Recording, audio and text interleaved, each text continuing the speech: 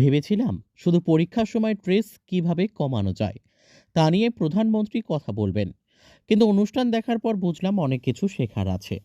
শুধু শিক্ষার্থীদের উদ্দেশ্যে নয়, শিক্ষক অভিভাবকের উদ্দেশ্যেও প্রধানমন্ত্রী অনেক কিছু বলেছেন। কথাগুলি বলেন মুখ্যমন্ত্রী ডক্টর মানিক সাহা।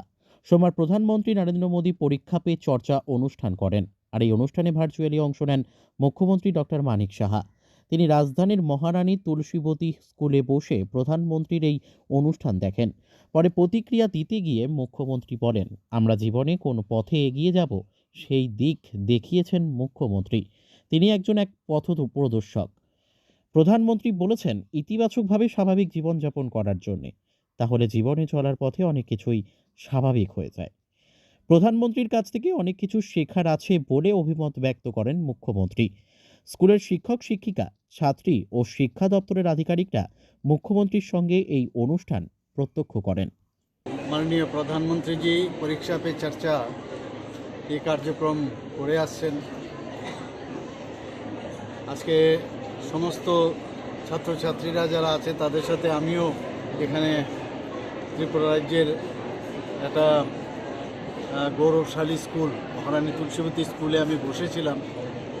আমার সাথে অনেক ছাত্রীরা ছিল এবং গার্জিয়ানরাও ছিল, টিচাররাও ছিল। সত্যিই মাননীয় প্রধানমন্ত্রীজি যা যা বললেন অনেক কিছু শেখার আছে। প্রথম যে বিষয় সেটা মনে হচ্ছিল যে শুধু স্টুডেন্টদের জন্যই উনি বলেছেন, কিন্তু আজকে উনি যেভাবে আমাদের সবার উদ্দেশ্যে যা বললেন, যে শুধু ছাত্রছাত্রীদের উদ্দেশ্যে বলেননি, গার্জিয়ান, প্যারেন্টস সবার জন্য এটা প্রযোজ্য।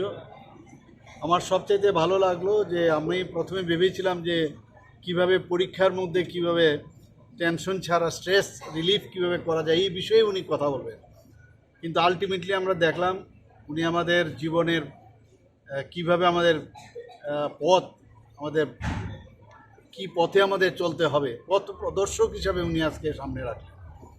ঘরের থেকে আরম্ভ করে সমাজ জীবনে সব কিছু উনি আমাদের সামনে রেখেছেন।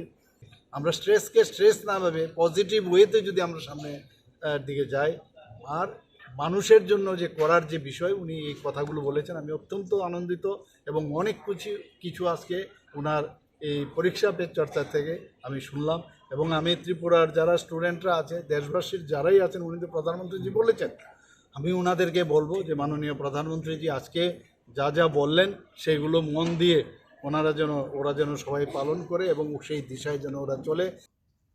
Bureau report, news daily Bharat.